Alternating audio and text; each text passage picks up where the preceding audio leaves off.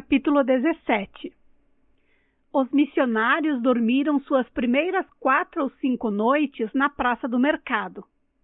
Pela manhã, iam até a aldeia pregar o evangelho. Perguntaram quem era o rei do vilarejo, e os aldeões responderam que lá não havia rei. Nós aqui temos os homens de grande título, os sacerdotes-chefes e os anciãos, explicaram eles. Não foi nada fácil conseguir que os homens de altos títulos e os anciãos se congregassem para ouvir os missionários, após a excitação do primeiro dia. Mas estes insistiram tanto que finalmente foram recebidos pelos grandes de Mbanta. Pediram-lhes um lote de terra, no qual pudessem construir uma igreja. Todo clã e toda aldeia tinham a sua floresta maldita. Nela enterravam-se aqueles que morriam de moléstias verdadeiramente malignas, como a lepra e a varíola. Era também uma espécie de terreno de despejo, onde se jogavam os poderosos amuletos dos grandes curandeiros, quando estes morriam. Uma floresta maldita estava, portanto, povoada de forças sinistras e dos poderes da escuridão. E foi justamente uma dessas florestas que os mandatários de Mbanto ofereceram aos missionários, pois na realidade não queriam que permanecessem no clã, e por isso fizeram uma oferta que ninguém em perfeito estado de sanidade mental aceitaria. Querem um pedaço de terra para erigir o santuário deles, disse o Chendo a seus pares, quando se consultavam entre si. Nós lhe daremos um pedaço de terra. Fez uma pausa e houve um murmúrio de surpresa e desagrado. Vamos dar-lhes um pedaço da floresta maldita. Gabam-se da vitória sobre a morte, portanto vamos oferecer-lhes um autêntico campo de batalha, no qual possam demonstrar essa vitória. Todos riram e concordaram. Em seguida mandaram chamar os missionários, aos quais haviam pedido que saíssem por alguns instantes, a fim de poderem segredar juntos. Ofereceram-lhes todo o espaço da floresta maldita que quisessem aceitar. E então, para enorme espanto do grupo, os missionários agradeceram e começaram a cantar. Eles não compreenderam nada, comentaram alguns anciãos, mas hão de compreender amanhã de manhã, quando chegarem ao lote de terra que acabaram de ganhar. E com essas palavras, o grupo se dispersou. Na manhã seguinte, os homens doidos começaram a limpar uma parte da floresta e a construir ali uma casa. Os habitantes de Mbanta esperavam que em 4 dias todos estivessem mortos. O primeiro dia se passou, depois o segundo e o terceiro, e o quarto, e nenhum deles morreu. Todos estavam intrigadíssimos. Então, espalhou-se a notícia de que o amuleto do homem branco tinha um poder inacreditável. Dizia-se que ele usava vidro nos olhos para poder ver os espíritos malignos e falar com eles. Pouco depois, o homem branco obteve suas 3 primeiras conversões. Embora Nuoye tivesse se sentido atraído pela nova crença desde o primeiro dia, guardou segredo disso. Não ousava aproximar-se dos missionários, com medo do pai. Porém, todas as vezes que eles viam pregar na praça do mercado ou no campo de reuniões da aldeia, Nuoye estava por perto. Já começava a aprender algumas das histórias mais simples que costumavam contar. Agora, nós já construímos uma igreja, dizia o Sr. Kiaga, o intérprete, que havia tomado a seu cargo a nascente congregação.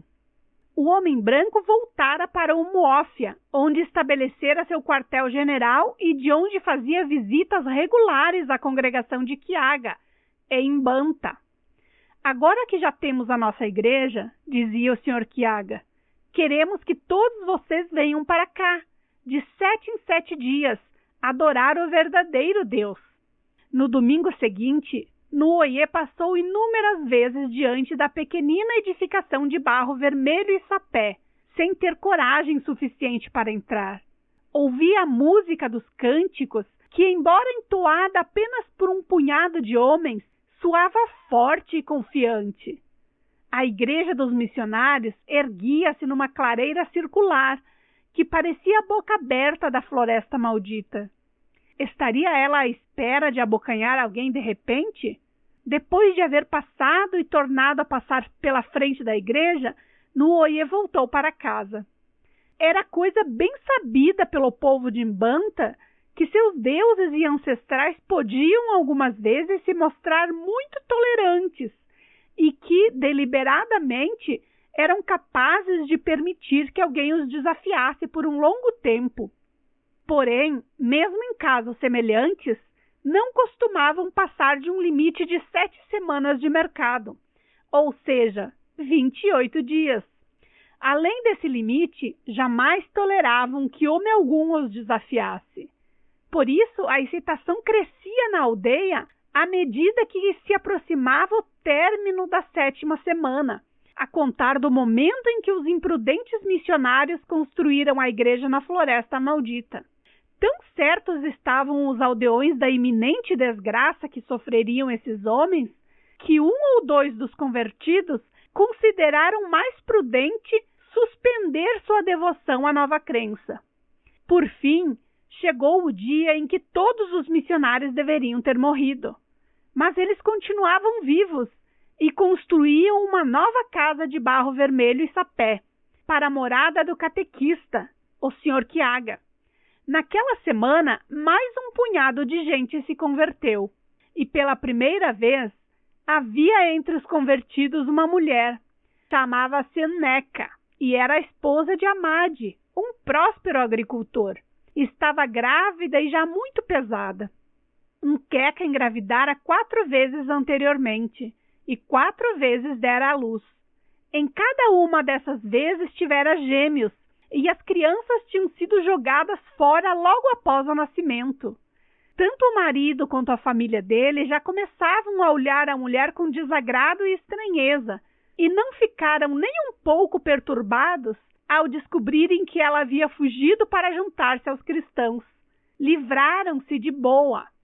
Certa manhã, Amikvu, primo de Oconco, passava perto da igreja, a caminho da aldeia vizinha, quando avistou Nuoye no meio dos cristãos. Ficou espantadíssimo e, ao regressar, foi direto à cabana de Oconco relatar-lhe o que vira. As mulheres começaram logo a falar, excitadas, mas Oconco permaneceu sentado, imperturbável. A tarde já se findava, quando Nuoye voltou para casa. Entrou no obi do pai para cumprimentá-lo, mas Oconco não lhe disse palavra. Nuoye deu meia volta, fazendo menção de se encaminhar para o interior do compound.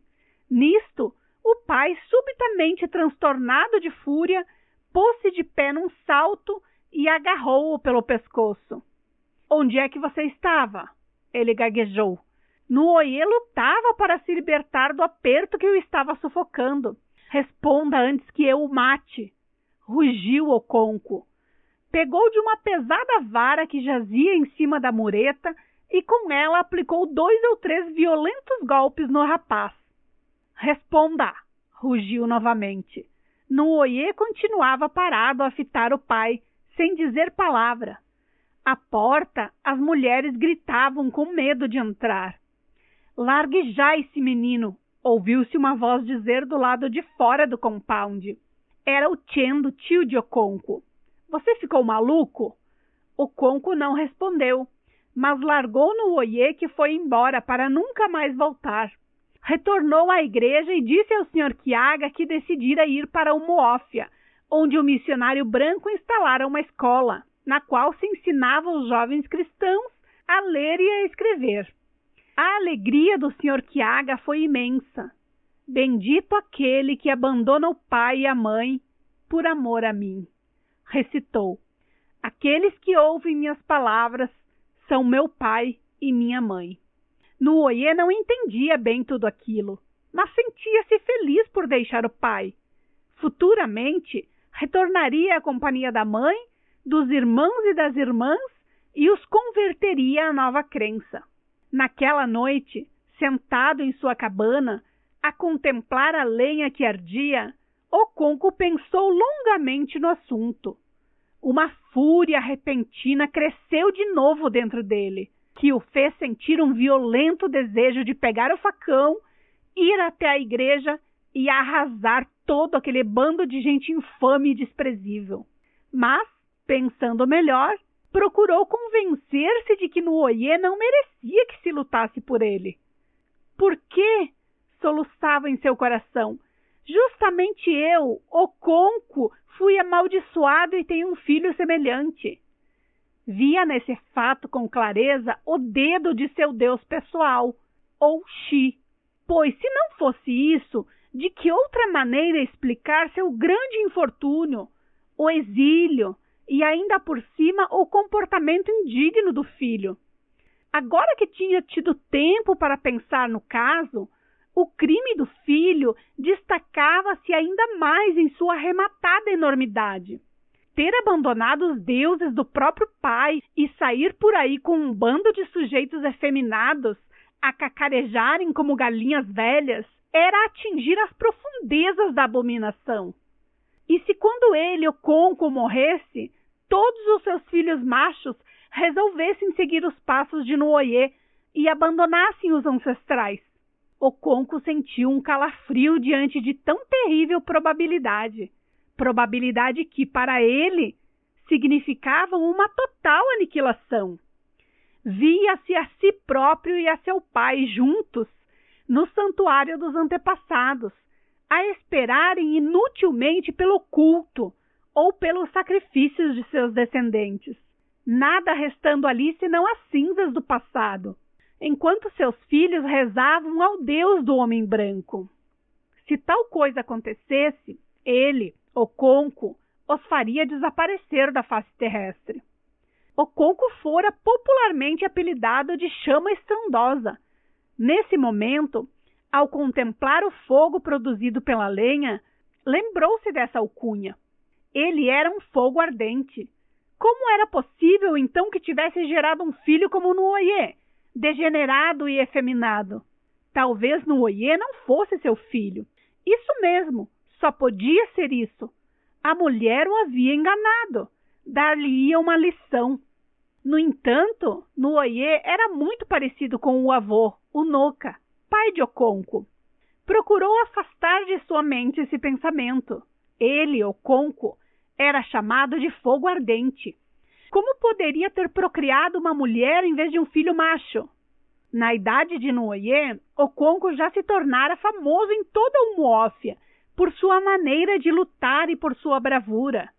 Suspirou fundo e, em sinal de solidariedade, a lenha, já sem chama, também lançou um suspiro.